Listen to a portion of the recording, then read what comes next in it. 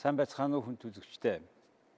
Өнөөдөр бид DeFacto мэтгэлцээнээ эхэлж байна. 19 оны 8 сарын 21-нд.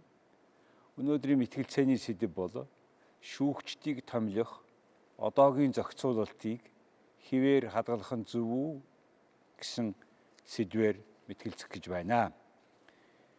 Энэ манай мэтгэлцээнээр улсын хурлаар хэлэлцэж буй үндсэн хуулийн нэмэлт өөрчлөлтийн тухай цуврал болгон хүргэж байгаа.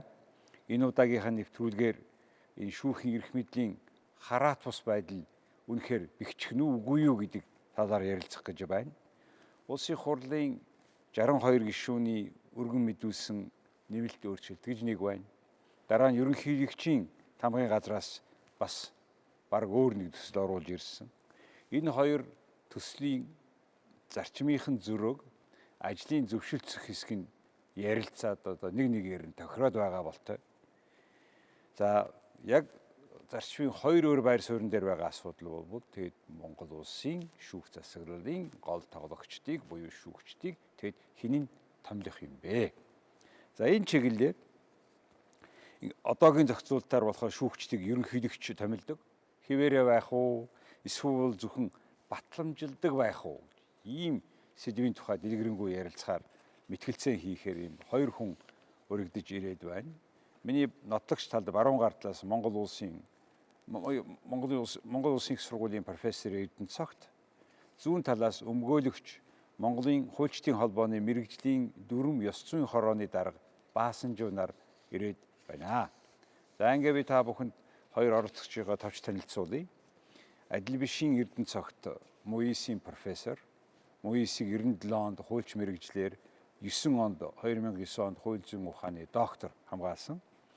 92 онд Архангайд ажиллаж байсан. Сумын засаг даргын тамгын газраар төвшрүүлэх сумын. 97-2011 онд МУИС-д багш хууль зүйн сургуулийн төр захиргааны эрх зүйн танхим мэдээлэл профессор байсан. 11-ээс 15 онд мөн энэ сургуулийнхаа нийтийн эрх зүйн танхим мэдээлэл профессор ажиллаж байгаа хүн байна.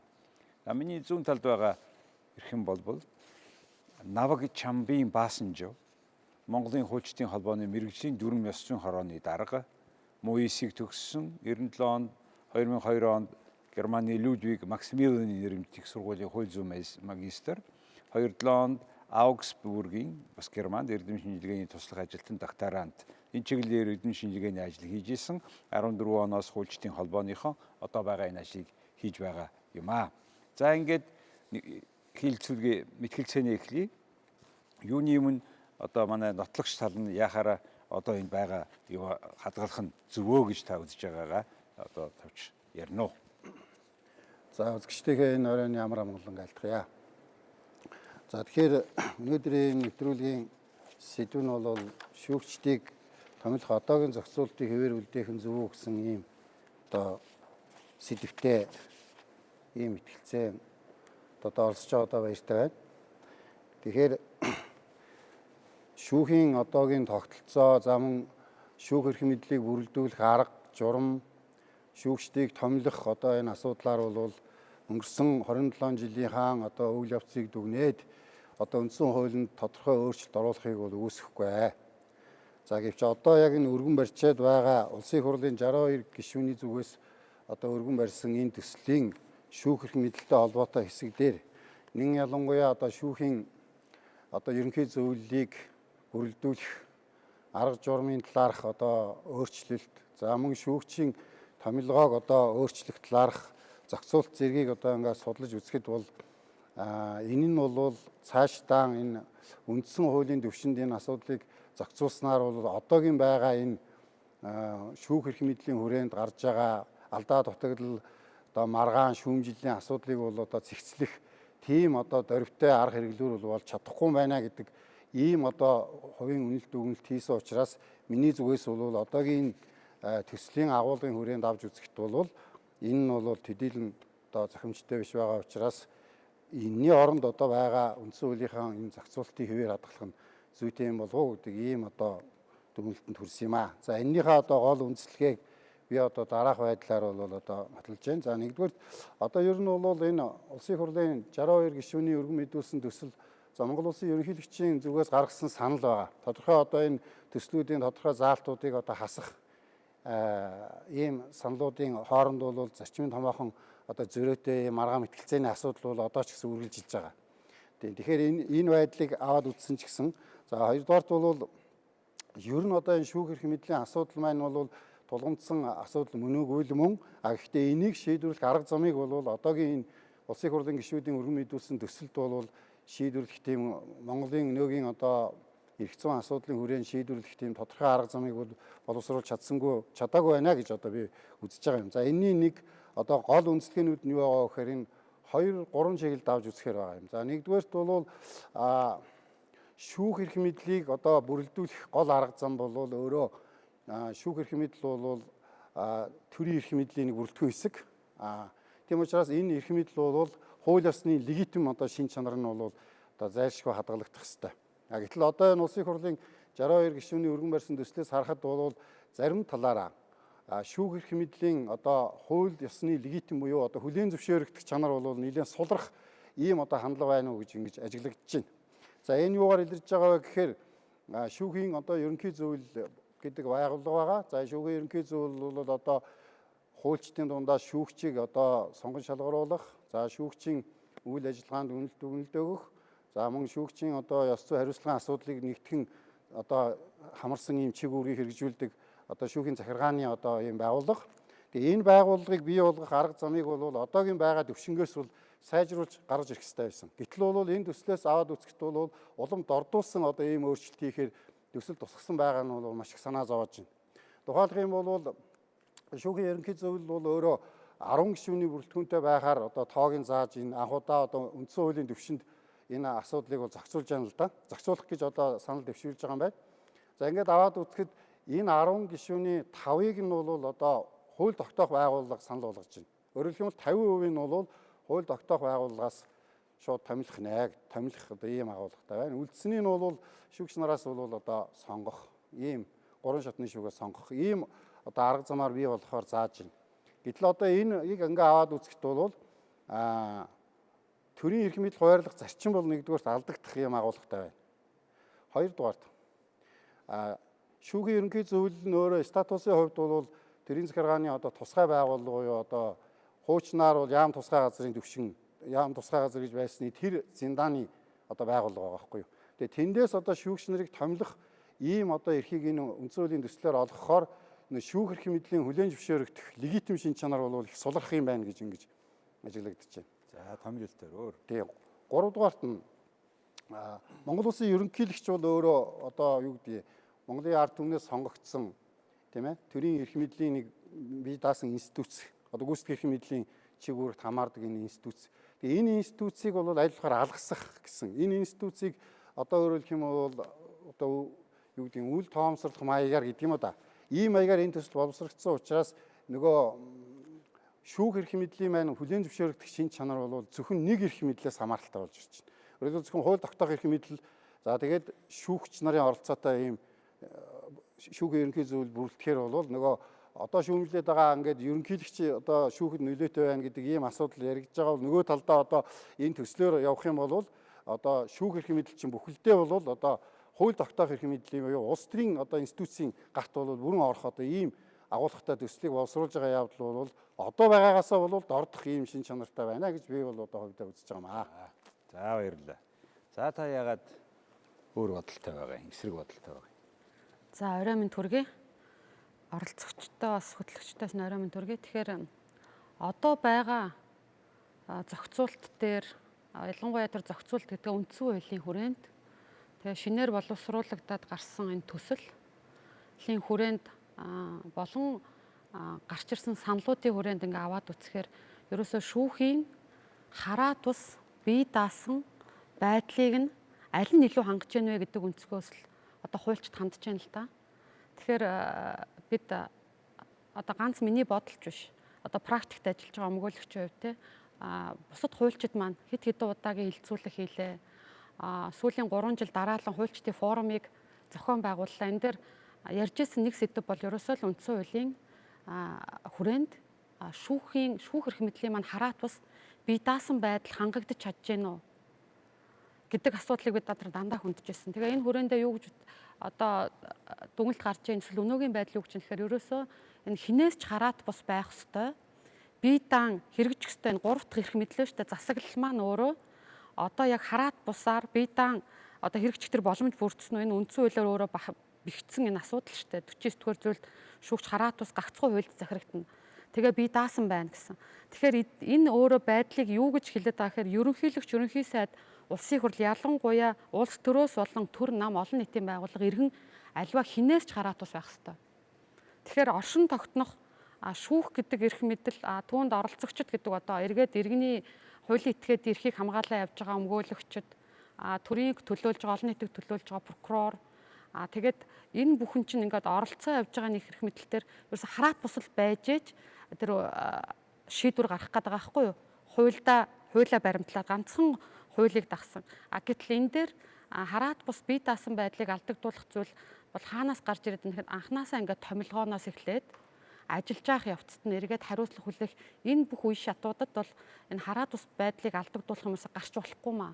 Тэгэхээр тэдгэрийг алдагдуулаад байгаа зүйл одоо юун дээр байгаад байна гэхээр одоогийн маань тогтолцоогоор буюу үндсэн хууль дээр шүүхийн ерөнхий зөвлөлөөсөө сонгон шалгууруулад шалгалтаараа тэр одоо мэргэжлийнхаа шаардлагыг хангасан мэргэжлээрээ ажилласан тэр нэр дэвшигчдээс одоо хуульчдаасаа гаргаад ирсэн нэр дэвшигчийн маань ерөнхийлөгч одоо томилно гэдэг эрх мэдлэр бол энэ ажиллагааг заримдаа бол одоо ингээд хийхгүй байх. Эсвэл үндэслэхгүйгээр татгалзах. Тэгээд тийм зүйлүүдийг гаргаж ийн л да. Энийг бол юу хэлээд байгаа ширсэн үе үеийн ерөнхийлөгч одоогийн ерөнхийлөгчийн энэ дээр ч томилоод яриад байгаа юм биш. Сүүлийн тэр 27 жил гаруй хугацаанд бол ийм 27 тохиолдол гарсан байгаа байхгүй юу? Судалгаагаар өөрөө. Тэгэд томилохгүй байгаа тохиолдол үндслээ бас тайлбарлаагүй. Мөн маш удаан хугацаагаар энэ асуудлыг одоо яах гээд байгааг нь мэддэхгүй гацаасан. Тэгэхээр энэ байдлыг бол засах зүйл нь бол юу вэ гэхээр эргээд энэ хараат ус байдал нөлөөлөд байгаа учраас шүүхийн ерөнхий зөвлөлөө санал болгосон хүнийг одоогийн хууль дээр байгаа буюу 41-ийн уушлаараа 51-р зүйлийн 2-т байгаа ерөнхийлөгч томилно гэдэг санаа бол анх хуульд орохдоо 92 онд үндсэн хууль батлагдахтаа ерөөсөө ерөнхийлөгчийг томилох бүрэн эрх байгаа гэдэг утгаар биш батламжлах гэсэн агуулгаар яагаад ерөнхийлөгчд байсан гэдэг нь ерөнхийлөгчийг эргээд бусад институтээс энэ шүүгч томилогдсон шүүгчийг хамгаалалт болгож хараат ус байдлын харин баталгаа болгож энэ батламжлах гэдэг агуулгаар нь орсон юм байна. Тэгэхээр одоо энэ үндсэн хуулийн нэмэлт өөрчлөлтөөр энэ алдааг засаад ерөөсө батламжлна гэдэг үгээрээ. Тэгээ ерөнхийлөгчд өөрт нь та үндсэн хуульд заасан шаардлагыг хангаагүй байгаа тохиол 21 хоногийн дотор тэр шаардлага хангаагүй үндслээ нийтэд мэдээлээд батламжлах эрхийнхаа уранд батламжлахгүй байж болно.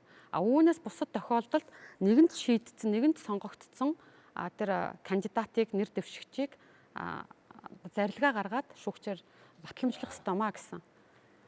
За тэгэхээр энэ яагаад болохгүй гэж ингэ шийдэж яагаад болохгүй байна. Тэгэхээр би түрүүнийхээ ярьсан дээр жоохон үргэлжлүүлээд тодтол хийх эхлээд шүүхийн ерөнхий зөвлөлийг яаж бүрэлдүүлэхээс өөрөөр хэлбэл энэ шүүгчийг нэр дэвшүүлж томилох асуудал маань бол одоо шийдэгдэнэ гэдэг дээр бол маргаан байхгүй. Тэгэхээр өнгөрсөн 27 жилд бол шүүхийн ерөнхий зөвлөлийн талаарх маш олон загваруудыг бол манайх туршаад тэгээ хамгийн сүүлд шүүхийн одоо ерөнхий зөвлөлийн бие дааж байгуулах энэ шийдэлт бол 2012 онд хүрсэн. Тэгээ энэ шийдэл бол зөв юм а гэдэг дээр бол одоо маргаж байгаа юм байхгүй. Одоо гагцгүй нөгөө шүүхийнхаа ерөнхий зөвлөлийг яаж бүрэлдүүлэх вэ гэдэг асуудлаа одоо нийгмэр болгох гэж одоо үндсэн хуулийн төвшөнд авчирч оруулж байгааг бол би нэг буруутгахч үзэхгүй байна.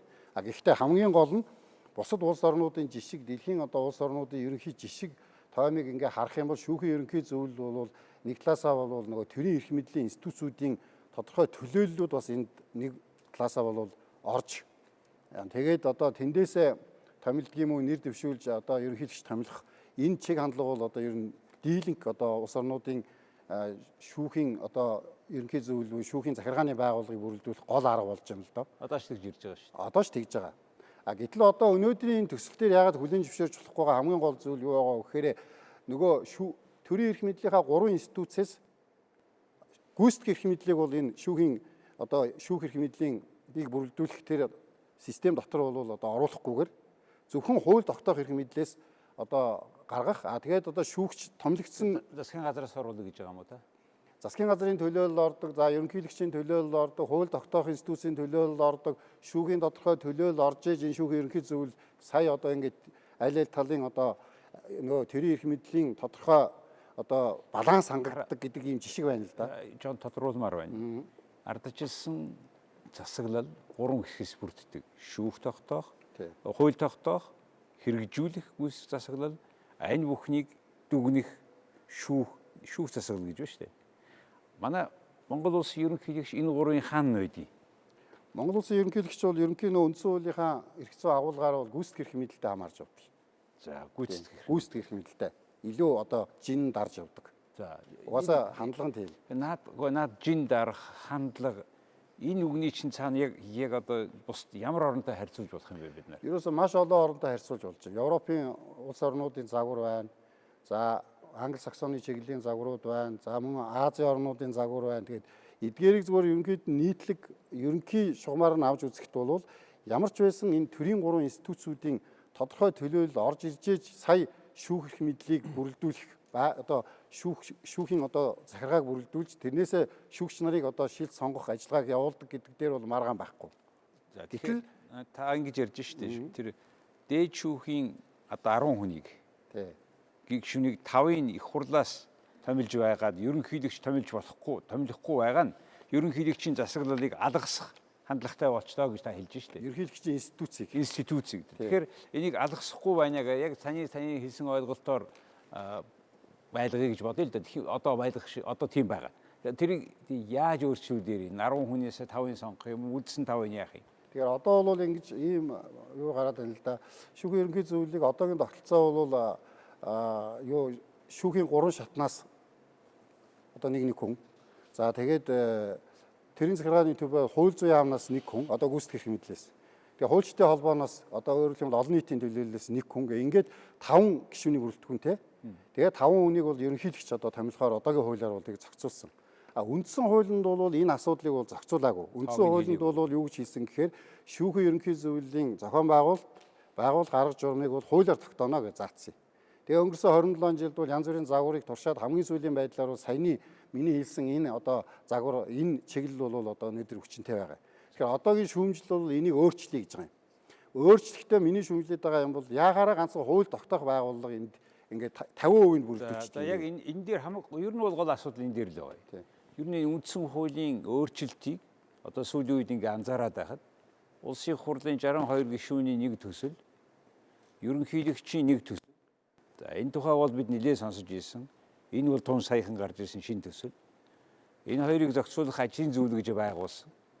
Тэгээ ингээд нэгээр нь одоо 8-aalцаад байгаа юм шиг л ингээд яваад байгаа. Нэг ийм маягаар 8-aalцах маягаар шийдэх юм уу үндсэн хуулийнхаа өөрчлөлтийг. За энийг чи явж байгаа бол энийг би явна гэх. Явсаар байгаад хувааж чадахгүй байгаа юм нь шүүх засаглал байна гэж ойлгоо. Шүүх засаглал шүүхийн ерөнхий зөвлөлийн 1-р 10 хүн байна. 5-ын хурлаас томилно гэж байгаа. Нөгөө 5-ын саяын маягаар томилё гэж ийм санал явж байгаа юм байна шүү дээ. Энийг та одоо улсын хурлын 62 гишүүний санал дотор байгаа одоо энэ процесс шүү дээ тий. Энийг та яаж харж байгаа? Үнэхээр тэр шүүх засаглалыг чинь илүү хамаатай таны яг хэлээд нь шүү дээ. Хараат бус бие даасан байна гэж.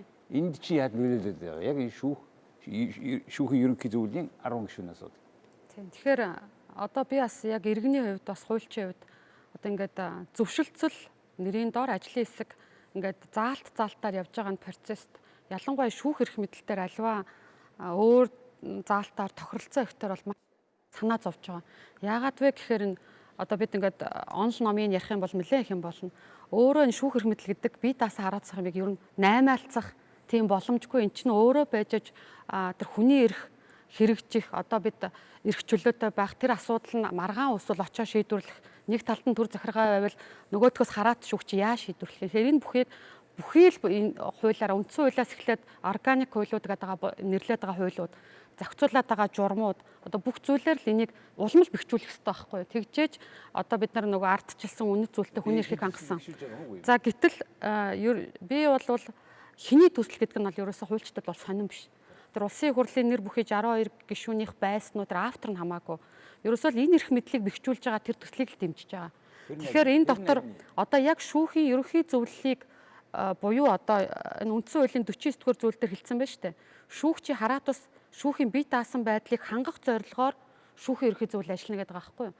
Тэгэхээр энэ шүүхийн ерөнхий зөвлөл хараа тус бие даасан байх зорилгоор ажиллаж байгаа нэгэнд үндсэн хууль дээр ингээд дурддагдаад ороод ирсэн байгаа зүйл. Тэгвэл энэ өөрөө ерөнхий зөвлөлийн маань бүрэлдэж байгаа байдал, гишүүдийн тоо, тэгээд томилогдож байгаа байдал эргээд дахиад хараа тус байдалд орчвол эргээд шүүхийн ерөнхий зөвлөл чинь шүүгчтэй томилоход хүндрэл үүснэ дээ. Орцсон байгаа шүү дээ. Тийм. Тэгэхээр орцсон байгаа. Өнөөдөр орцсон байгаа дээр марахгүй байгаа учраас хамгийн сайд болж байгаа, хамгийн болохгүй байгаа энэ хүмүүс чинь шүүгч нар дарга нарынхаа шийдвэрээр шүүхийн шийдвэр гаргаад байна шүү дээ. Хүнийг алсан болгож байна, налаагүй болгож байна, шоронд хийж байна. Сая цаазаар авсан бол тэр 3 хүнийг цаасаа авчих байлаа шүү дээ. Ийм байгаа учраас солих гээд шүү дээ. Яг шийдвэр нь аль юм бэ? Тэгэхээр харин тийм шүүхийн ерөнхий зөвлөлийн яг одоо байгаа үүссэн байгаа дээр бол тодорхой нэг шүүгчийн тодорхой нэг кейс асуудал. Тэрүүгээр тэр 500 хуульчийг, шүүгчдийг одоо нийт тэр 50000 хуульчдыг бас бүгд тийм байгаа гэж бас үзэх нь өөр учир дутагдaltaй. Гэхдээ шүүхийн ерөнхий зөвлөл гэдэг байгууллага нэгэнд шүүгчийн хараа тус байдлыг хангадаг, томилдог юм бол энэгээр одоогийн байгаа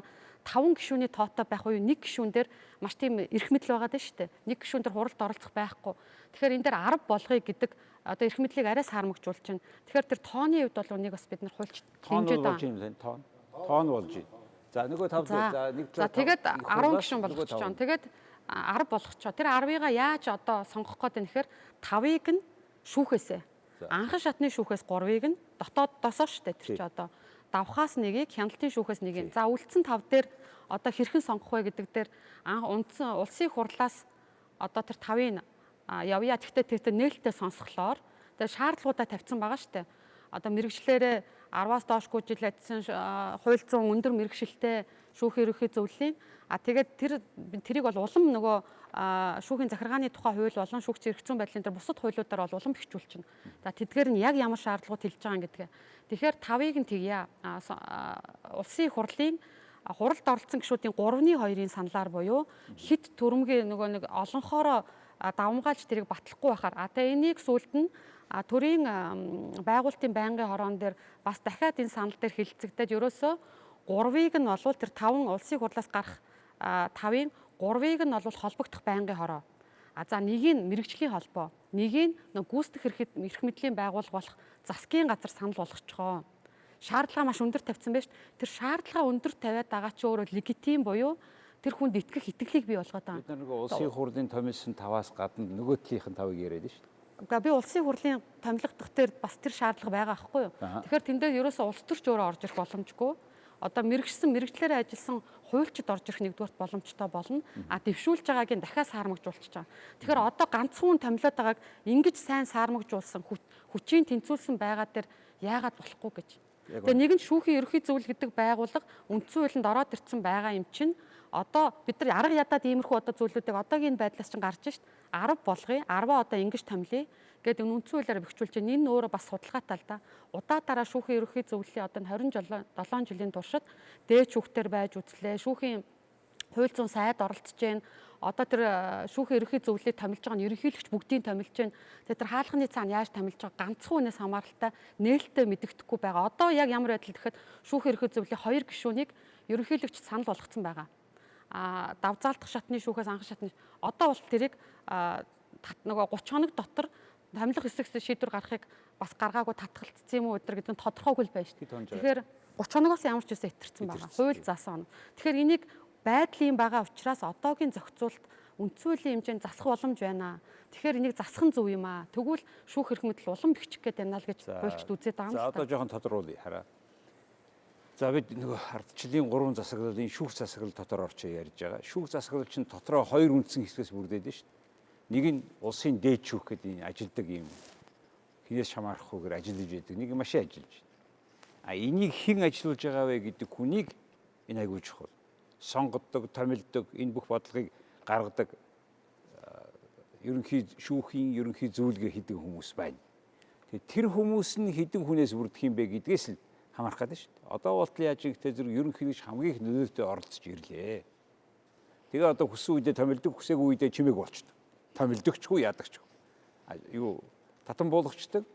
Тэгээ буцаа томилдгүй. Төрийн нэг тохиолдол гарсан. За ингээд ерөнхийлөгч шийдэх хүн тийм эрх мэдэлтэй томилдог.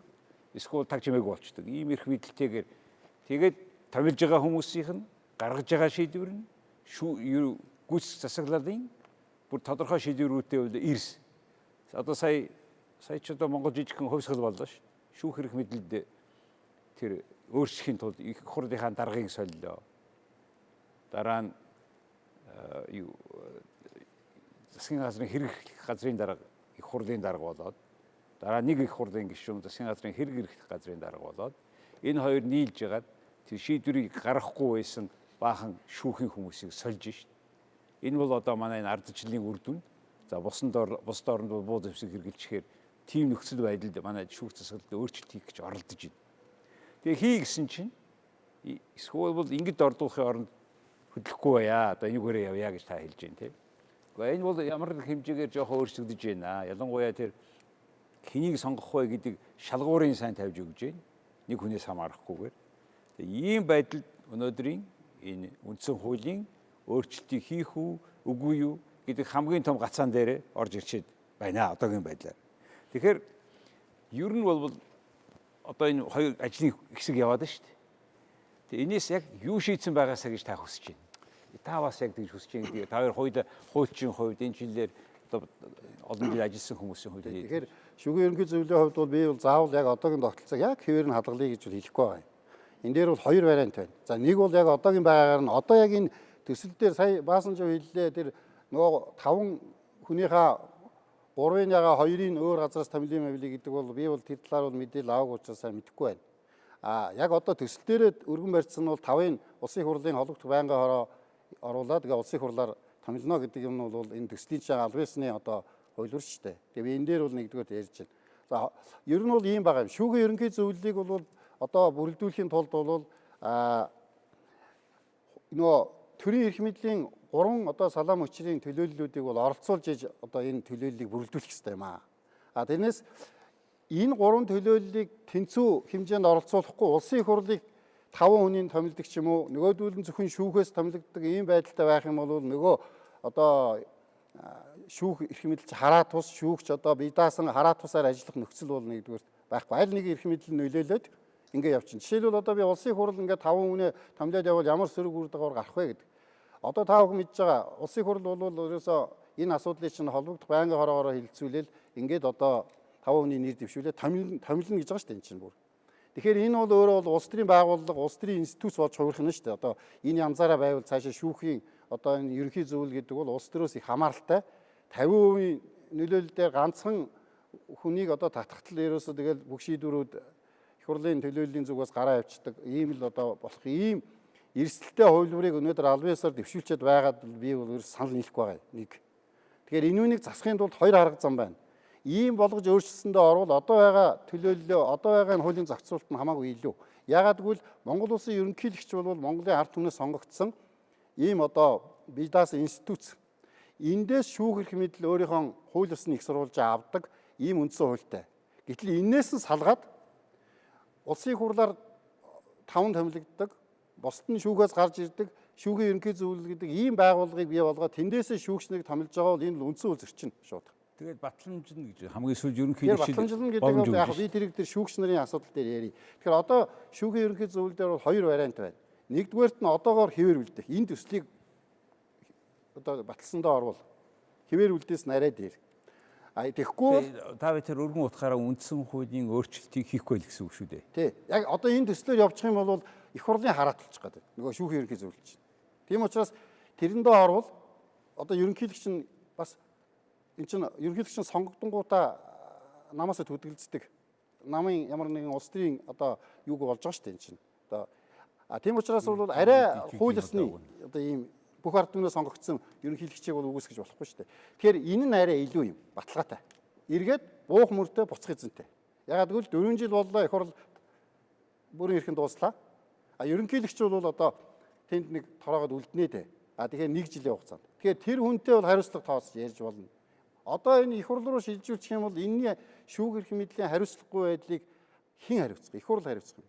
Нөгөө гишүүд нь буугаа яваад гэсэн юм. Одоо ч гэсэн одоогийн байдлаараа хэрвээ шүүх эрх мэдлийн хариуцлагагүй байдлыг хариуцлагагүй байгаа энийг томилсон ерөнхийлөгчийн засаг хариуцах юм уу тэгээ энийг? Яг нь ер нь бол ерөнхий утгаараа бол хариуцах хэрэгтэй. Яг нь томилж байгаа, томилохоос татгалзаж байгаа учраас хариуцах ёстой энэ бол. Тэгэхээр би яриагаа дуусгаад хоёр загвар байна. Нэг бол би түрүү хэллээ одоогийнхоор хэвээр байх. Эсвэл төрийн эрх мэдлийн институтсуудын төлөөллүүдийг энэ шүүхийн ерөнхий зөвлөл рүү оруулж ирж бүрэлдүүлээд тэндээсээ одоо энэ шүүгч нарыг томилох асуудлаа хэлцэх юм бол энэ бол одоо харин ямар нэгэн маргаан мэтгэлцээнгүй явах хэрэгтэй. Тэгэхээр сая одоо жишээлбэл хэлж байна. 3-ын шүүхээс томилоо 2-ын 1-ийн одоо төрийн захиргааны байгууллага, хууль зүйн яам, нөгөөх нь одоо шүүгчтэй холбоо гэж. Тэгэхээр энэ тохиолдолд бол нөгөө ерөнхийлөгчийн одоо юу гэдэг институцийн одоо ерөнхийлөгчийн одоо голс дуу хоолой бол энд ямар нэгэн байдлаар байх хэрэгтэй. Яагаад гэвэл дэлхийн бусад бүх орн дээр ийм байна. Ерөнхийлөгчөө алгасцсан тэгээ шүүхэн тэрэнд огт хамааралгүй байлгадаг, тэрнээс нь цухтаалгадаг тийм одоо системтэй улс орн гэж байхгүй.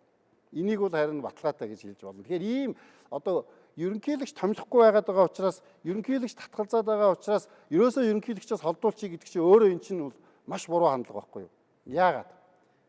Яагаад гэвэл одоо бол үндсэн хууль нь юм байгаа штэ. Шүүхийн ерөнхий зөвлөлийн зохион байгуулалт үйл ажиллагааны журам хуулиар тогтооно гэдэг. Тэр хуулиндаа одоо шүүхийн захиргааны тухай хууль гэж би одоо. Тэр хуулиндаа жишээлбэл одоо саяны энэ гараад байгаа хүндрэл бэрхшээл ерөнхийлөгчдөр очоод томилогдохгүй байгаа эсвэл одоо тий ингээд татгалзаад байгаа энэ бүх зохицуултуудыг үндсэн хуулинд биш шүүхийн захиргааны хуулинд нь одоо ч улсын хурл хийгээ батлаж гаргаад хэрэгжүүлэх бүрэн эрх нь байгаа. Тэр эрхийг үндсэн хуулиар олгоцсон. Өөрөөр хэлбэл хийхгүй байна. Тэр бол улсын хурлаас асуух хэрэгтэй. За яг ийм асуудал. Өөрчлөхгүй бай гэсэн санал явж байна. Тэгэхээр бид одоо ингээд ямар ч прогресс нэг тийм алхам хийхгүй л дээ. Одоогийн байгаа байдал өөрөө одоо 2 шүүхийн ерөнхий зөвлөлийн гишүүн томилогдоогүй. 5 байх хэвээр цөөхөн угаасаа тийм байхад 3 тэгээд нэгнийх нь бүрэн эрхийн хугацаа дууссан. Тэгээ ийм байдлын ийм гацааны байдалтайгаар байх гээд байна л та. Тэгээд байгаагаас 2 нь томилогдоогүй. Томилогдоогүй. Тэгээд 30 хоног нь дууссан. Тэгээд 3 хүнийх нь нэгнийх нь бүрэн эрхийн хугацаа бас дууссан. Тэгэхээр ийм байдалтай байгаа байдлыг тэгээд одоо яаж засах юм? Тэгээд хоёрдугаарт томилсон этгээд хариуцлага хүлээнэ гэдэг бол бас үгүй л те. Одоо тийм болвол хин нэгэн тэнцээ огцроод шүүхийн ерөнхий зөвлөл энэ шүүгчтэй хариуцлагагүй байдал дээр огцорч явах юм уу? Ерөнхийлөгч огцорч явах тийм байхгүй л байгаа шүү дээ. Эцсийн дүндээ тэр хариуцлага алдсан шүүгч өөрөө л огцрох байхгүй. Яагаад гэвэл шүүх эрх мэдэл гэдэг чинь тухайн нэг шүүгчээр Баян Улгийн аймгийн Дорнодын Сүхбаатар дүүргийн одоо давзаалтах шатны тухайн тэр шүүгчийн өөрийнх нь тэр үйлдэлээр шүүх эрх мэдэл чинь бүхэлдээ илэрч байгаа учраас хариуцлага бол тэнд л байна. Тэгэхээр энэ дээр бид нар нэг юм дээр нэг жоохон тодруулахгүй шаардлагатай байна гэж үзсэн. Бид бол одоо шүүхийн ерөнхий зөвлөлийн гишүүдийн томилгоог нэг ярьж байна. Эргээд шүүгчдийн томилгоо гэж ямарч байгаа байхгүй юу? Тэгэхээр шүүгчдийн томилгоонд ерөнхийлөгч батламжлах эрхтэйгээр хэвээр байгаа. Ерөөсөө үгүйсгээгүй. Тэгэхээр нэмэлт өөрчлөлтийн төсөл болвол ерөөсөө тэрийг ойлгомжтой болгоод та ерөөсөө батламжлах эрхтэй. Яагаад гэвэл ерөнхийлөгч танд шүүгчийг томилох шүүх эрх мэдэл дээр тийм бүрэн эрх байхгүй. Тэгэхээр та оролцож чинь гэхдээ батламжлах төвшөнд.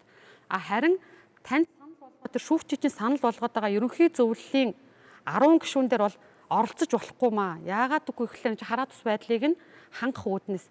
Энэ дээр бол яаж улсын хурлаас хараат биш байх вэ гэдгийг би одоо ингэж нотлох гээд байна л та. 10 гишүүний 5-ыг нь угаасаа шүүгч нар өөртөө томилцсон.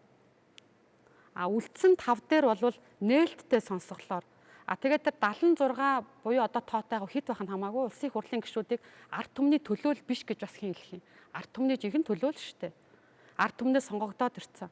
Тэгэхээр тэр ард түмний нэгэн сонгогдоод ирсэн тэр төлөөллөөр нэр дэвшүүлэхтэй харин улсын хурлын холбогдох байнгын хороо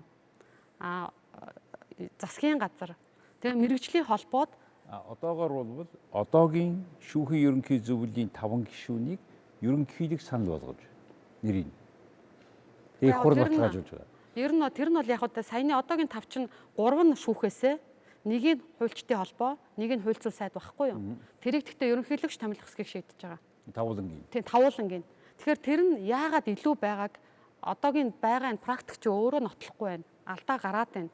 Тэгээд одоо томилохгүй байдал үүсээд байна. Тэгээд эргээд энэ чинь эргээд нөгөө шүүгчдийн хараа тус байдлыг хангах үүрэгтэй шүүхийн ерөнхий зөвлөлч одоо би сая үндсэн хуулийн 49-р зүйлийн 3 дахь заалтыг уншлаа штэ. Гол үүрэг нь тийм байхгүй. Гэтэл өөрсдөө бүгдээрээ ерөнхийлөгчөөсөө томилогдсон байгаа байхгүй юу? Тэгэхээр энэ дээр тэр баланс одоо хараа тус байдлыг бэхжүүлэх тэр суур зүйлчин гажаад байгаа юм шүү гэж бод хуульчийн үед бид нар хараад байгаа учраас саналаа тэгж явуулаад байгаа. Хараад яг наад үгэн дээр чинь томилох орон зүгээр яг энэ маягаар ерөнхий зөвлөл шүүхийн ерөнхий зөвлөлийн тийшээ тавьж байгаа хүнийг шүүхийн ерөнхий зөвлөл чинь нэг их хурлаас 5-1 гэж авна гэж шүү дээ. Энэ хүмүүсийг батлаад өгөөч гэд нэг асуудал байна. Дараа нөгөө шүүгчд байна. Улсын дээд шүүхийн доор байгаа бүх олон шатны эрүүгийн захиргааны энэ шүүгч нарыг томилоход ерөнхийлөгч заавал оролцохгүйгээр баталгаажуулдаг, асгүй үгүй гэж хэлдэг. Ийм байж болохгүй мүү? Тийм. Тэгэхээр энэ бол их нарийн асуудал шүү. Шүүх эрх мэдлийн хууль ёсны легитим шинж хаанаас бий болдг юм бэ гэдэг асуудал үндсэн хуулийн одоо суур зарчмаас гарч ирж байгаа. Монгол улсад засгийн эрх ард түмний мэдэлд байна гэж байгаа. Бүх эрх. Тэр дотор ч хууль тогтоох, гүйцэтгэх шүүх эрх мэдэл. Тэгэхээр тэр шүүх эрх мэдэл хаанаас их сурвалжаа авч хууль ёсны шинж чанартай болж гин үү, хүлээн зөвшөөрөгдөж гин үү гэдэг асуудал чинь өөрөө бол Монгол улсын үндсэн хуулийн агуулгаараа бол хууль тогтоох байгууллага бол өөрөө ард түмнээс сонгогдоод тэгээ гарч ирэнгүүтээ засгийн газараа байгуулаад засгийн газар чинь хууль тогтоох байгууллагаас одоо легитим шинжинд бүрэлдэж хууль ёсны болж гарч ирж байна. Нэг. За тэгвэл шүүх эрх мэдэл хаанаас бүрэлдэж бий болох вэ? Монгол улсын үндсэн хуулийн концепцаар энэ бол Монголын ард түмнээс сонгогдсон ерөнхийлөгчийн томилолтоор сая легитим шинж нь бий болдог. Тэгэхээр явж Монголын ард түмнээс сонгогдсон нэг хүнээс хамаарсан шүүх засаглал бий болчиход шүү дээ. Энэ дээр бол одоо нөгөө хуулиндаа органик тэр шүүхийн захиргааны хуулинд бол нарийн зохицуулалтуудыг хийж болно шүү дээ. Энэ бол нээлттэй байна. Тэгэхээр энэ дээр хамгийн гол зүйл бол одоо ийм байна л да. Шүүгч нарын томилгооны асуудал руу одоо орж ирж байна. Бид нар бол түрүүн бол шүүхийн ерөнхий зөвлөлийн талаар ярьсан. Одоо шүүгчийг хэн томилох вэ те? Яаж томилох вэ гэдэг асуудал ярьж байна л да. За тэгэхээр бол энд одоо байгаа энэ төслөөр авч үзэх юм бол томилоод тэгээд батламжлах гэдэг нэг ийм ойлголт гараад байна шүү дээ. Томилоод батламжлах. Үгүй ийм жишг хаанч байхгүй. За тэгээ хэн томилох вэ? Энэ төслөөр аваад үзэхээр шүүхийн ерөнхий зөвлөл томилно гэж байгаа. Уучлаарай, шүүхийн ерөнхий зөвлөл бол яг Монголын ард түмнээс шууд одоо хүлээн зөвшөөрөгдсөн тийм легитим шинжтэй байгууллага биш. Энэ бол үүсмэл улсын хурлаас одоо тодорхой зарим гараад шүүгч нараас тодорхой зарим гараад байгуулагдж байгаа төрийн захиргааны юм байгууллага шүү дээ. Одоо нэг яам тусгай газрын хэмжээний л байгууллага. Ийм байгууллагаас шүүх эрх мэдэл томилогдож бий болох юм бол нөгөө шүүхийн хүлээн зөвшөөрөгдөх хууль ёсны легитим шинж чанар бол алдагдана. Нэг. За хоёрдугаар дэлхийн бусад улс орнууд бол шүүхийн ерөнхий зөвлөлөөс томилогддог жишг байгаа. Энийг бол би ойлгож байна. Тийм жишг байгаа. Гэхдээ тэр ямар тохиолдолд байна уу гэхээр тэр шүүхийн ерөнхий зөвлөл дотор нь хууль тогтоох байгууллагын төлөөлөл, гүйцэтгэх засаглалын төлөөлөл, ерөнхийлөгчийн төлөөлөл, институцүүдийн төлөөллүүд жигд орж ирж, тэгээ шүүх эрх мэдлийн төлөөлөл жоохон давуу байдалтай орж ирж, сая тэр шүүхийн ерөнхий зөвлөл бүрэлдээд тэгээд тэр зөвлөлийг нэг бол ерөнхийлөгч нь өөрөө толгойлдог улс орнууд байна шүүхийн ерөнхий зөвлөлийн. Эсвэл одоо ерөнхийлөгчийн одоо тодорхой төлөөлөл орж тэгжээж нөгөө нэг шүүхийн ерөнхий зөвлөл бүрдсэн тийм тохиолдолд бол яг шүүхийн ерөнхий зөвлөлд томилох тийм одоо жишг байна. Тэгвэл томилчаад дахиад тэрийгэ баталгаажуулах гэх ерөнхийлөгч рүү явдаг юм гэж байхгүй. Тэгээ тэрийгэ бүр тулгалтаар чи 21 хоногийн дотор энийг батал гээд. Ийм юм байхгүй. Тэгэхээр хамгийн гол асуудал хугацаахгүй ингээ батлахгүй удаа суугаад авъя. Энийг яах вэ? Би яриад бас одоо ингээд шүүх эрх мэдэл хаанаас хүлээн зөвшөөрөл легитим шинжээ авах вэ гэдэг асуудал бол хамгийн чухал асуудал. Энэ үндсэн хуулийн суур асуудал шүү дээ. Тэгтэл шүүхийн ерөнхий зөвлөлд томилчдаг энэ жишг бол Монгол тохирохгүй. Тийм учраас за яг энэ асуудал тэр легитимэд гэж яриад байна тий.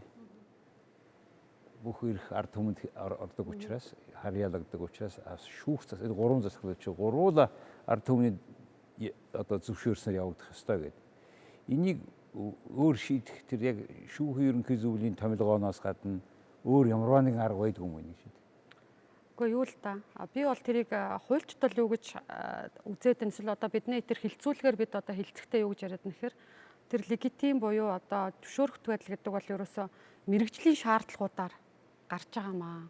Яг бол эн чинь өөрөө бие даасан болж игэл бол хинээс ч томилуулмааргүй аль болохоор л хараат ус байгаа тэр шаардлагуудаа хангаад шалгалтуудаа өгөөд хараат ус гэдэг нь ямар ч байлаа гэсэн иргэдээс нь ард түмний хүлээн зөвшөөрөгдсөн байх ёстой гэдэг энэ асуудал тавиад шүү дээ. Та болохоор зэрэг өгөөгүй тийм тодорхой юу шаардлага хангасан юм бол хин чамаагүй гэж хэлэх гээд. Яг ард түмний шүүх эрх мэдэлчин өөрөө одоо ингээд нэг амлалт өгөөд сонгуулиар гарч ирдэг одоо тийм биш. Тийм учраас тэн дээр чинь мэргэжлийн өндөр шаардлагууд тавиад байна л та. За тэгэхээр тэр шүүхийн захиргааны тухай хууль, шүүгчийн эрх зүйн байдлын тухай хууль, шүүхийн тухай хуулиудаар чинь тэр шүүгчд тавигдах шаардлагуудыг маш өндөр болгоод тавиад өгч байгаа байхгүй юу? Насны юу тавьж байна, ажилласан жилийн шаардлага тавьж байна, боловсролын шаардлага тавьж байна. Сонгон шалгуулалтанд одоо хуульчдын холбоо дунд нь одоо мэргэжлийн дүрэм ёс зүйн хороо манайх ч гэсэн нэр дэвшигчдэр нэр хүндтэй байдал дээр дүгнэлт гарах байдлаар ингээд тэгээ иргэдээс тухайн хүнийг судлаад ингээд ямар зүрийн байдлаар ороод гараад ирж байгаа байхгүй юу. Тэгэхээр тэр байдал дээр ерөнхийлөгч орж ирж байгаа нь хараат ус байдлыг хамгаалж батламжилж орж ирж байгаа байхгүй. Тэрнээс биш ороод ирсэн дээр нь өөрөө дахиад сонгон шалгаруулчих зүйл хийгээд байгаа биш юм аа. Тэгэхээр одоо энэ төслийн боловын концепт нь гол нь энэ дээр байгаа учраас тэр бол хуульчд бидний харж байгаагаар хараат ус байдлыг бэхжүүлж гэнэ гэж үзсэн. Хоёрт нь бол энэ төсөлтөөр бас дэмжүүштэй зүйл нь ерөнхий зөвлөлийн даргыг гишүүд дотроос нь нэр дэвшүүлж олонхын саналаар сонгож байгаа.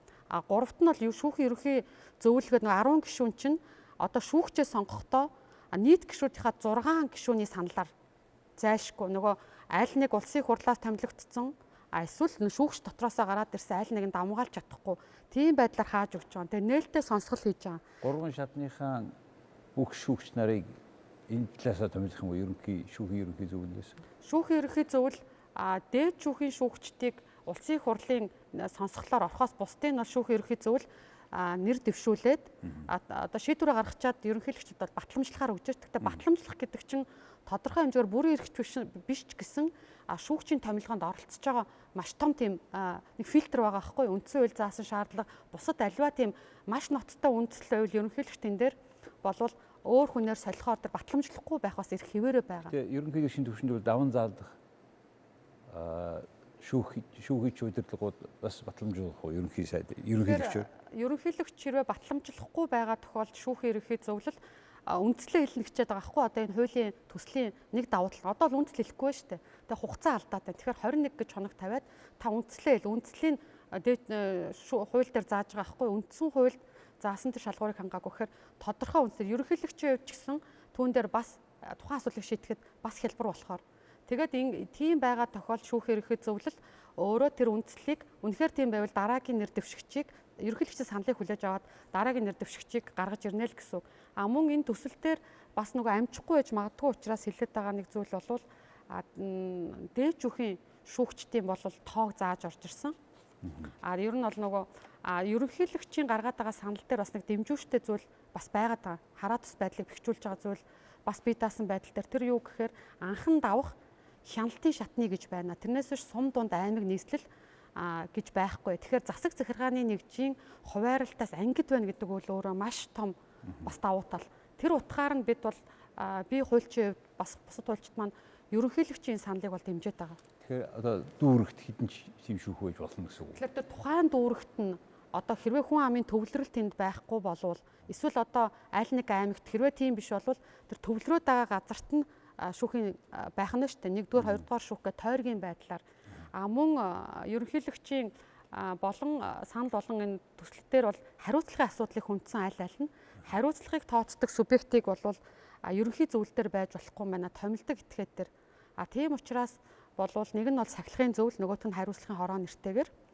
Тэгэхээр энэ бас үндсэн хуульдаа оруулж ирж байгааг бас хуульчид бол дэмжиж байгаа. Гэхдээ хариуцлагыг тооцдог эцсийн субъект нь томилсон гэж одоо байгаагаар буюу одоо ерөнхийлөгч биш байх зүйтэй.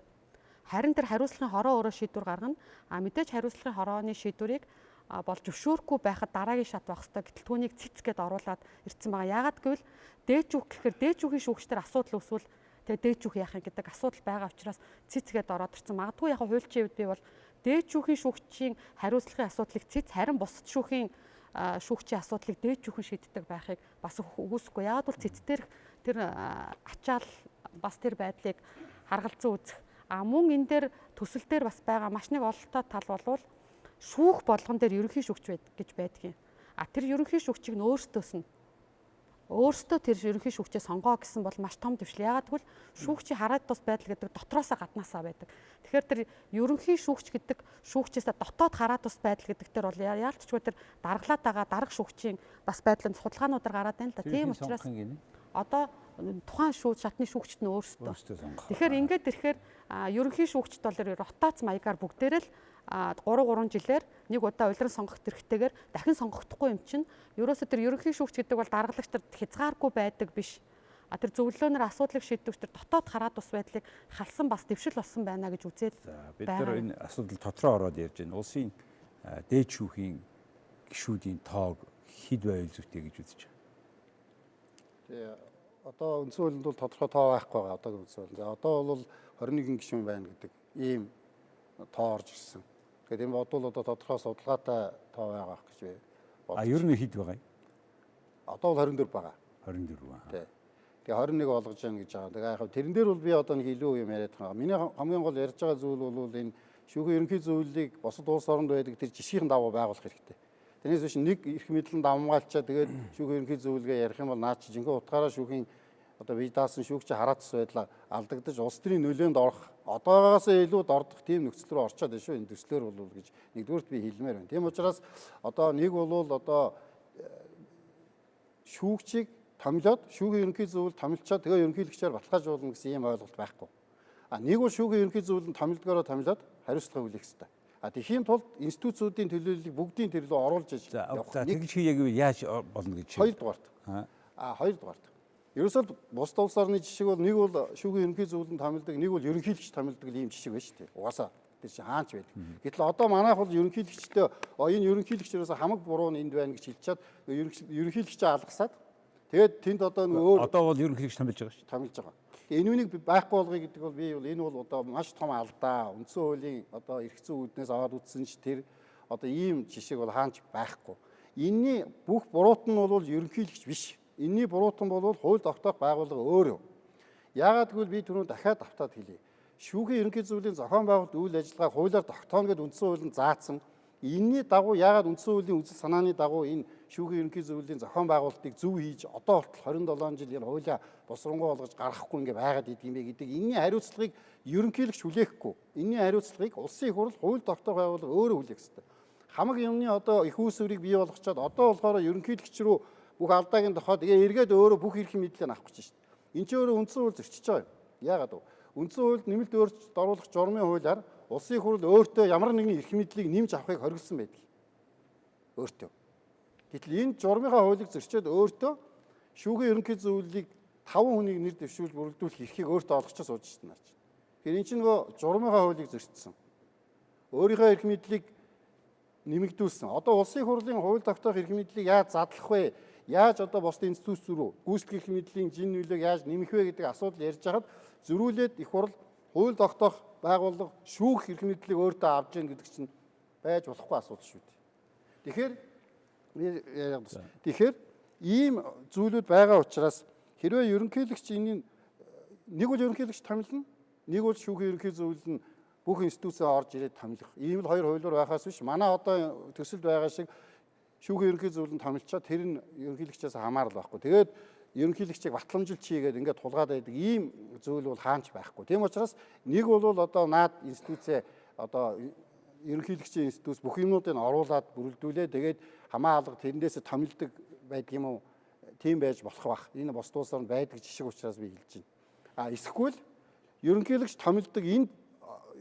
томилдог энэ зүйлээс чинь шүүх эрх мэдлийн одоо нөгөө легитим шинж гэдэг юм гарч ирж байгаа маа гэдгийг яагаад ойлгохгүй юм. Тэр гарч ирж байгаа нь яг амьдрал дээр буухтаа шударгын ёсыг тогтооход олон талаар саад болоод яваад ирлээ шүү дээ. Тэрийг зас залруулах үүрэг 27 жил улсын хуралд өөрт нь үндсэн хуулиар олгогдсон байсан.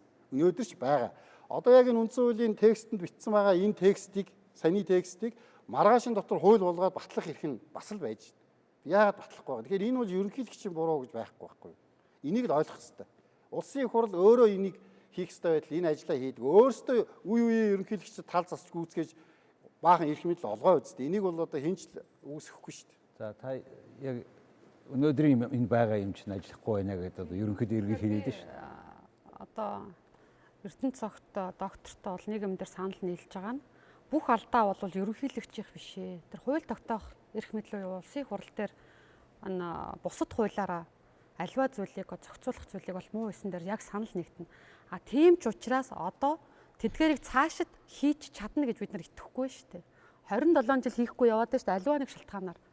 Тийм учраас одоо үндсэн хуулийн нэмэлт өөрчлөлтийг хийх юм түүхэн боломж гарч байгаа. Тэгж бодож энэ нэр бүхий 62-ын 62 гишүүн энэ төсөл дээр санал нэгдсэн баг. Тэгээд гаргаж ирсэн бусад хуулиараа ямар нэг шалтгаанаар энийг засч чадахгүй байгаа учраас өөрсдөд нь ч буруу байгаа ч гэсэн чадахгүй болохоо байгаа учраас үндсэн хууль дээр шүүхийн ерөнхий зөвлөлийг одоо ингэж тэр тоог нь оруулъя, дээд шүүхийн тоог оруулъя гэх байдлаар энэ төсөл босч ирсэн болов. Тэгээд энэ судалгаанууд өөрөө бас харуулад байна л та. Тэгэхээр энэ бүх байдлууд тэгээд бас нэг судалгаа гэлэхэд одоо 15 онд хийгдсэн судалгаа байгаа. Тэн дээр бас ерөнхийлөгчдөр ирж ингэж томилно гэдэг дээр шүүхийн ерөнхий зөвлөлөөс нэрийн дэвшүүлсэн тэр шүүгчдэр нэгдүгээрт хугацааны маш юу. Тэгээд үндслэн тодорхойгүй татгалзаад 3 дугаарт бол бас тэр судалгаан дээр дурдсан байгаа шүү те. Нэр дэвшиж байгаа шүүгчийг одоо ингээ ярилцлаганд одоо ерөнхийлөгч одоогийн ерөнхийлөгчийг хэлж байгаа юм шиг шүү дээ. Дуудсан те. Тэгэхээр тэнцээ чинь тийм сонгон шалгуулах ажиллагаа маягийн юм хийгдэт байгаа юм уу? Тийм зөвлөд хийгдсэн байна. Тэгэхээр энэ өөрөө одоо болохгүй зүйл юм аа гэж хэлээд байгаа байхгүй судалгаа өөрөө. За тэгэхээр үндсэн хууль дээрээ тэгвэл одоо нэгэнт тэр 27 жил хууль тогтоох эрх мэдлийн байгууллага эдгээрийг хийж байгаа цаашид эргээд бүр дордуулах эрсдэл байгаа учраас үндсэн хуулийн нэмэлт өөрчлөлтөөр энэ асуудлыгаа баталгаажуулж яваа. За хоёр дахь бас нэг зөрөөд байгаа миний санал юу вэ гэхээр ерөөсөө үндсэн хуулийн 51-р зүйлийн 2 буюу одоогийн байгаагаар шүүхийн ерөнхий зөвлөлийн санал болгосон шүүгчд нэр дэвшигчийг ерөнхийлөгч томилно гэсэн заалт байна шүү дээ. Энэ томилно гэдэг заалтыг юу гэж ойлгох вэ гэдгийг засцсан байна шүү дээ. Одоо төслөөр бол нэр бүхий гишүүдийн төслөөр энийг бол ерөнхийлөгч батламжлна гэж ойлгоно гэдэг. Энэ яагаад би үндэстэй гэж хэлээд байгаа гэхээр одоо өнөөдөр авчирсан харуулах боломжгүй байна л да. Чимэд багшийн одоо үндсэн хуулийн 92 оны үндсэн хууль дээр тодорхой хэмжээгээр хийг бариад голлох үүрэгтэй оролцсон одоо тэр номын 262 дугаар хуудсан дээр байгаа. Энэ ерөнхийлөгч томилно гэдгийг тухайн үед хийхдээ юу гэсэн бэ гэхээр ерөөсө сонгон шалгаруулж тэр хүн гаргана гэсэн санаа биш ээ. Харин энийг бол батламжлна гэсэн санаа. Эргээд тэр хүн өөрөө татгалзсан ч гэсэн энэ ч санаа байхгүй юм шүү. Харин хараа тус байдлыг аль нэг институтээс хамгаалах гэсэн тэр утгаар орсон. Харьяалан захирна гэсэн үгээр ч хэлсэн байгаа. Гэсэн утгатай биш шүү гэж хэлээд байгаа. Тэгэхээр энэ хараат бус институт юм чинь тийм байх нь өөрөө зөв байж харагдаад байгаа байхгүй одоо хуульч миний нүдээр энгийн одоо практик өмгөөлөгчийн нүдээр тийм учраас энэ нэр бүхий гишүүдийн төслийн тэр 51-р зүйлийн 2-ыг ерөнхийлөгч батламжилдаг тэн дээр 21 хоног заасан байгаа энэ зүйл одоогийн байгаа байдал дээр маш их прогрессивны байна. Энэ гацааг бол гаргаад байна л гэж хэлдэг байна. Таны хийж байгаа прогрессивны гэдэг ойлголтыг одоо байгаа ерөнхийлөгчийн талаас ерөнхийлөгчийн өөрийнх нь одоо байгаа эрх мэдлийг тэр чигээр нь алга болгоод хүсвэл батлна томилох хэмжээнд биш тийм бүр тэр legitimacy гээд тэрийг алга болгож байна гэж үзээд шүү тийм ээ. Тэгээ нөгөө батламжлна гэдэг тэр агуулгаараа нөгөө миний гол санаа зовж байгаа юм бол одоо энэ шүүхийн ерөнхий зөвлөл бол байна шүү дээ. Шүүгчийг хэрвээ томилчих юм бол шүүгчийн нөгөө легитим шин чанар бол суларна гэж үздэг. Шүүх эрх мэдлийн одоо тийм хууль ёсны хүлээн зөвшөөрөх байдал бол их дордно. Энд чинь за шүүмжлүүлжсэн ч бай, сайн ч бай, муу ч бай Монгол улсын ерөнхийлөгчөөр томилогдож байна гэдэг чинь энэ чинь хууль ёсны шин чанараа үндсэн хуулиар олж авч байгаа. Нөгөө үндсэн хуулийн 3 дугаар зүйлийн 1-д байгаа засгийн бүх эрх ард түмний мэдэлд байна гэдэг тэр заалт чинь ингэж илэрж байгаа байхгүй юу. Гэтэл энэ үнийг аваа хайчдаг. Тэгээ ерөнхийлөгч палеаны гадна гаргацсан.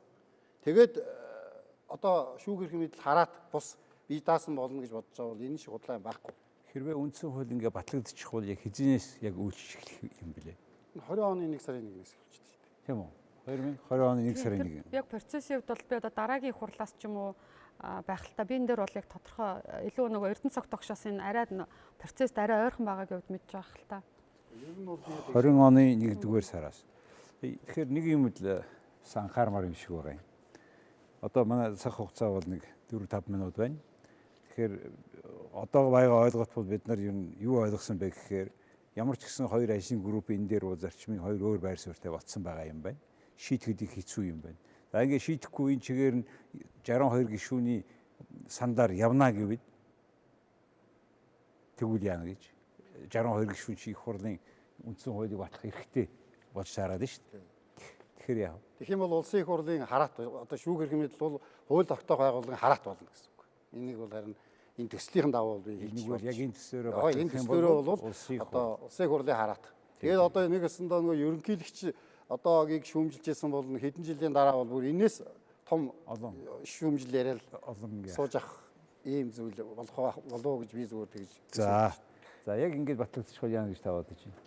За би одоо нэгэнт одоогийн байгаа тогтолцоо өөрөө муу байгаа хгүй юу? Хараад ус байдлыг бэхжүүлж чадаагүй.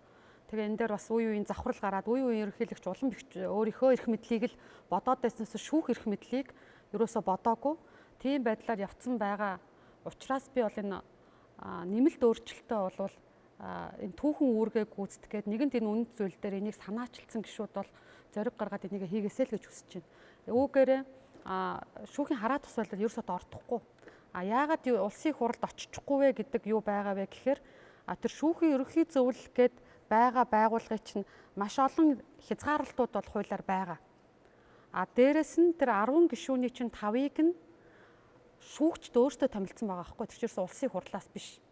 Тэгээ эргээд асуудлыг шийдэхдээ одоо ядарч 5-аараа биш заавал 6-гийн. Тэгэхээр нөгөө аль нэг талаасаа шүүгчийн оролцоотой эсвэл улсын хурлаас томилогдсон этгээдийн оролцоо өөрөө байж ээж тэр асуудал шийдэгдэх гээд эргээд батламжлах эрх дахиад ерөнхийлөгчдөр бүрэн эрх биш. Тэрийг би батламжлахыг бүрэн эрх гэж хэлэхгүй байгаа байхгүй. Яагаад гэвэл ерөнхийлөгчийн бүрэн эрх гэсэн 33 дугаар зүйл заасан 12 бүрэн эрх дотор шүүх эрх мэдэлд тийм томилох бүрэн эрх байхгүй. Тийм учраас энэ 51 дугаар зүйл байгаа зүйл бол өөрөө бүрэн эрхийн шинжтэй тийм зүйл биш. Тийм учраас тийм легитим зүйлийг үүгээр олж авч байгаа гэж үзэхгүй байна. Тэгэхээр энэ байдал бол тэгтээ тодорхой хэмжээгээр батламжлана гэж байгаагаараа бол бусад институтээс хараат ус байдлыг нь хангасан хэвээр байна. Дордохгүй гэж бол энэ дээр бол нэлээд ихтэй л гэж үзэж байна. За ойлголоо. Та хоёрын үгийг сонслоо. Одоо дүгнэж хэлэх цаг. Тэр одоо Монгол улсын хөгжилд хамгийн саад болж байгаа гэж одоогоор үзэж байна бид нар. Энэ шүүх засаглал маань хараат ус бие даасан байж чадахгүй. Өнөөдрийн байдлаар нэг субъектээс ерөнхийлөгчөөс их хамаарч ийн гэсэн ийм ойлголт өргөн тархсан байгаа. Одоо энэ байгаа өөрчлөлт нь явж одоо байгаа энэ үндсэн хуульд хийж байгаа өөрчлөлтийн хамгийн гол юмн дээр ирээд өнөөдөр 62 гишүүний төсөл ерөнхийлөгчийн төсөл хоёр ингэж хоорондоо явсаар байгаад хамгийн гол зүйл дээр ирээд ийм гацаанд учирчаад байгаа тулгарчаад байгааг та бүхэн нэлээд сайн ойлголоо гэж бодож байна. Шүүхийн ерөнхий зөвлөл гэдэг энэ шүүх засаглалыг ажилуулдаг энэ систем дээр хэний нөлөө илүү байх вэ гэдгээс л хамаг байлдаан мөргөлдөөн энэ одоо зөрчилдөөн үүсэл энэ л. Тэгэхээр одоо энэ байгаа 5 гишүүний 10 болгоё. Тэгээд хамаарлын баг болгоё. Гэмэгч хэрвээ яг энэ төслөөрөө явах юм бол ерөнхийлөгч бол зүгээр батламжлах хэмжээнд одоогийн шиг нөлөөгүй болох юм байна. Тэгэх юм бол энэ шүүх засаглал чинь их хурлаасаа хараатай. Их хурлаасаа хараатай болно гэдэг нь одоо нэг хүнээс биш зүуд нь 76 хүнээс хараатай болсон асуудлыг хилцэх юм гарч магадгүй шүү гэж миний баруун талд байгаа хүн үзэж байгаа бол зүүн талд байгаа хүн бол ямар ч гэсэн одоо энэ байгаа өөрчлөлтүүд бол одоо энэ санал болгож байгаа өөрчлөлтүүд бол ямар нэг хэмжээгийн эерэг нөлөө үзүүлнэ. Ийм эсрэг тесрэг байр суурин дээр өнөөдрийн мэтгэлцээн боллоо. Та бүхнийг одоо энэ асуудлыг тунгаахад дахин бодоход хэрэг болсон байхад найдаж байна. Хамгийн гол нь тэр ажлын хэсэг дотор ч гэсэн энэ хагарлууд энэ санал бодол зөрөөтэй байгааг манай хоёр мэтгэлцэгчүүд нэлээд сайн илэрхийллээ гэж би бодож байна. Тийм учраас нэгдүгээрт би манай төрөлхтөн гэж оролцсон Н.Эрдэнэцогт талархаж байна. За мөн танд Баасанжав, наваг чамбын Баасанжав та хоёр ингээ хоёулаа мэргэжлийн хүмүүсийн хувьд яг энэ хоёр талдсан үзэл бодлыг сайн илэрхийллээ. Яг яаж хийх нь бол явж их хурлын 62 гишүүн санаачилсан тэр төслийг хэрвээ хүсвэл их хурл баталж чадна. Тэгээд одоо тэр 2020 оны 1 сараас үнэхээр үйлчлэнэ гэж байгаа үндсэн хууль тэгж өөрчлөгдөнө гэвэл тэгвэл үнэхээр улс орны амьдрал томоохон өөрчлөлт болох юм байна. Энэ бүхэн өөрчлөлт нь Монгол улсад шударга ёсыг тогтооход нэмэр болоосой. Тийм байгаасаа гэд найдаж байна. Тэгээ та бүхэнд бас манай нэвтрүүлэгт байсан үзсэн бүх үзэгчдэд талархаж байна. 2-7 хоногийн дараа дахин уулзъя. Их баярлалаа.